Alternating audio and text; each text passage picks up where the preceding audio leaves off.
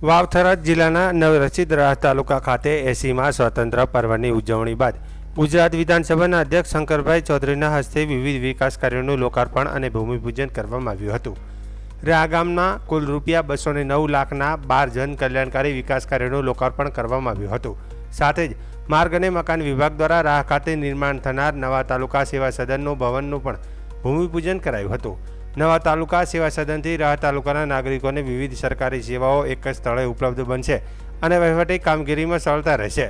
શિક્ષણ અને આરોગ્ય ક્ષેત્રે રાહ પ્રાથમિક શાળામાં ₹138 લાખના ખર્ચે 6 નવા ઓરડા તથા 15 ઓરડાના સમારકામ અને 28 લાખના ખર્ચે પેટા આરોગ્ય કેન્દ્ર રાહ 2નું કામ પૂર્ણ થયું છે। આ ઉપરાંત સાધુવાસ મંજૂર કલ્યાણ કેન્દ્ર, નવી ગ્રામ પંચાયત આગળ શેડ, શિવ મંદિર આગળ પેવર બ્લોક, ઉગમણા વાસમાં સાંસ્કૃતિક કેન્દ્ર સહિતના કામોનું લોકાર્પણ કરાયું હતું। ગામની આંતરિક સુવિધાઓ માટે causeway, paver block, CC road અને ગટર લાઇન સહિત વિવિધ વિકાસ કામો પણ પૂર્ણ કરવામાં આવ્યું છે। સ્વતંત્ર પર્વના અવસરે તાલુકા સેવા સદનના ભૂમિપૂજન સાથે ₹209 લાખના વિકાસ કાર્યોની ભેટ મળતા નવરચિત રાહ તાલુકાના સર્વાંગી વિકાસને નવી ગતિ મળવાની પણ આશા વ્યક્ત કરવામાં આવી છે।